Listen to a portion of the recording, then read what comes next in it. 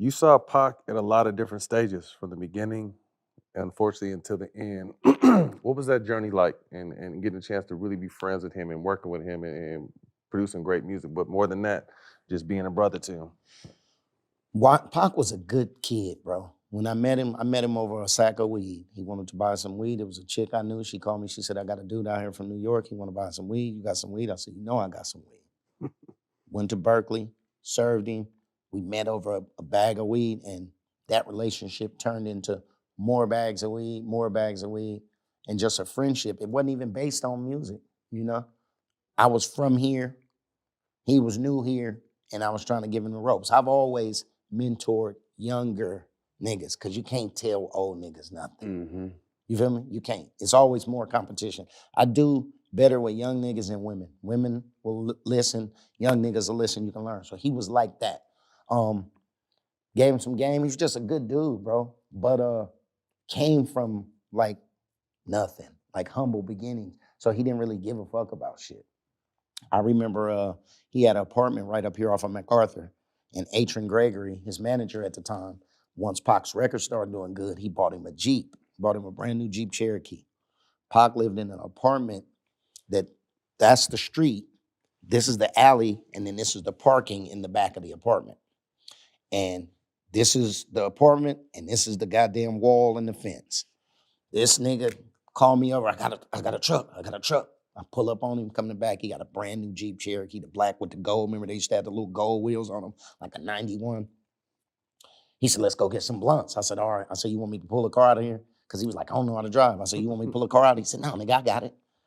Man, we back here, my nigga. We back here. He backs out, comes this way, cuts here. Now, the wall, it's like a concrete wall and a wooden fence. He gets right. I said, dude, you getting close to the wall. Bam, the mirror come in. My mirror come in. I said, dude, you on the wall? He dragged that motherfucker from here down the wall out there, laughing the whole way. He didn't give a fuck. Got out. We got to the store. I opened the door. I said, come look at this. He said, I don't give a fuck. Get in. He just didn't give a fuck about shit. You feel me? He was just that kind of nigga. He didn't care, bro. That nigga didn't care. And it got to a point, Stack, where I felt like he started blowing up so fast to where I couldn't keep up with him. Once he went to LA, he started doing the movies and shit. I'm still up here in the town. I got one foot in the music, one foot in the street. I can't afford to go to LA for a week. I got knocks to serve. Them niggas will start copping from somebody else. My music ain't really moving like that. I'm still kind of independent and local. I used to call a nigga. I'd be like, what's up? He say, you in LA? I said, no, come when you get to LA. Click. You hang up the phone. And I just watched this nigga start moving. He started doing the movies. I was on the set with him with the Poetic Justice shit. This shit was the funniest shit. I'm looking at Janet Jackson, and I'm like, this nigga is in a movie with Janet Jackson, right? And she just acting hella cool. We buy his trailer and shit. So he inside the trailer. So I'm outside smoking some weed. I open the trailer door. He in there getting, he getting his wardrobe together. So he come out, and we hitting the weed. Then the nigga take the cigarette from off his ear and put it in his mouth, and he hit the cigarette. And I'm like, nigga, you smoke cigarettes? He like, mm-mm. And he blowing. I'm like, what you mean you don't smoke cigarettes? Nigga, you smoke? He said, I don't smoke. Nigga, Lucky smoke. And he's smoking the cigarette and inhaling it. Yeah, and he in character. And like, I don't even know this nigga that I'm talking to. And I'm like, nigga, you sound stupid right now. Boom. And it's not Pac I'm talking to. I'm talking to a whole different nigga. And I can't process this because I'm still like, I'm way in the town. This nigga is out here fucking with Mickey Rourke. Like he laying into this shit. And I didn't know his acting background from the schools he had went to. Like I just met him over some weed shit. Like we fucking around. So I'm just watching this nigga move and just grow. And then after I got that letter back from him that I told you, he said Suge was coming to get him, he ended up flying home.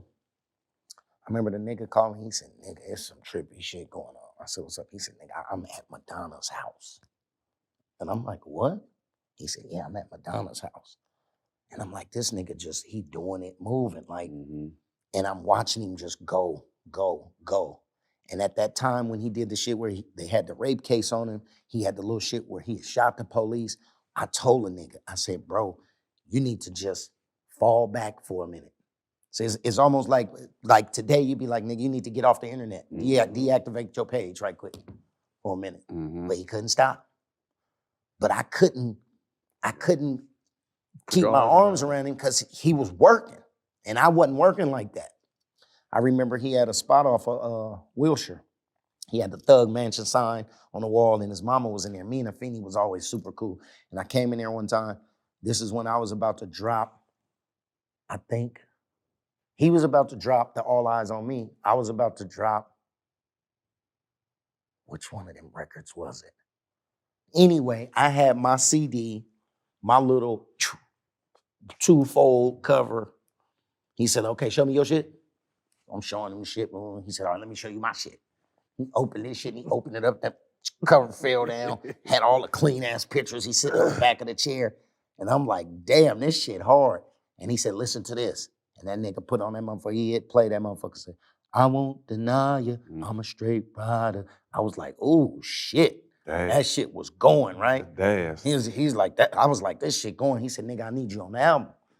I need you on the album. I said, all right. He said, I want all the niggas from the Bay on the album. Bring some niggas with you. I said, who you want? He said, just bring all your niggas. So I made them calls. 40, all the niggas that you heard on All Eyez on Me. I called them like, this nigga Pop won't y'all on this record. So we went down there to the studio and just started cooking. And I'm watching this nigga work, dude. And it's like, he went from the nigga that I was saying, you just this black power type nigga, to these other records was different. They was different. And I'm like, this nigga fucking with it. And I ain't gonna lie to you, there was a piece of me, it wasn't a jealous thing. It was like, once again, I'm not taking myself serious enough to get out here and fuck around with the fuck around. Because this nigga is on. He doing movies, he doing all the shit. And it got to a point to where he got so far away from me that I felt like if I could have been closer to him, I could have saved him from a lot of the bullshit he was going through. I don't have a bad thing to say about Suge. Every time I met the nigga was A1. Used to take us up to, what's the name of the restaurant that used to have the big ass lobsters in LA? To Monty's. Nigga took us to Monty's. We balled it out. But what I was seeing was Suge was spoon feeding him the bread. You feel me? But they was rolling. I mean, Death Row was rolling. You know, this nigga Suge was super huge. Every time he pulled up, always respectful. But I'll be honest with you, me being a nigga from the street and knowing the ins and outs of how shit went, that shit that happened in Vegas, to me, they was moving wrong. Ain't no way you do a nigga like that in that casino and then y'all be riding down the street with the windows down. Like that was foul ball to me, right? But in my mind, I'm like, Suge is the nigga, you feel me? And then later on, after Pac died and all that other shit started happening with Suge, with the barber nigga, and then I started realizing, I was like, you know what? If I could have been closer to this nigga, I think I probably could have. But shit happens the way it's supposed to happen. But you always feel like, damn. Because one thing about me is I can see the angles because I done fucked with it. You feel me? Ain't no way you do. I don't give a fuck who the nigga is y'all beat up in the casino. You can never underestimate nobody because you can't see him coming. And Lando turned out to be a bad motherfucker. You know what I mean? Turned out to be a bad motherfucker. Y'all niggas supposed to be bulletproofed up. You niggas supposed to be tinted out. You niggas ain't supposed to be you and him on the strip with the windows down, chasing bitches after you done did a nigga like that, in my opinion. The wrong nigga, though. The wrong nigga. It was the wrong nigga. Exactly. All the people and that's just in my opinion, being a nigga that come from the shit I come from. So, but shit happens the way it happens. I enjoyed every minute of fucking with the nigga. He was always genuine. One of his biggest problems was he would take anybody and we'd be out in the lobby and a nigga be out there and you see him the next time, he'd be like, oh, this is my brother. Nigga, you just met this nigga. We met him last time when we was in the lobby over there fucking with Stack and Matt. You don't know this.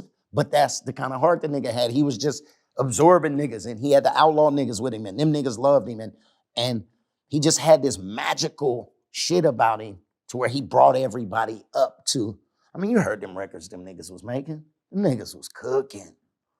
But the nigga just like torpedoed out. And when I start hearing some of them records, I remember talking to Daz one time. I was like, this nigga seemed like he.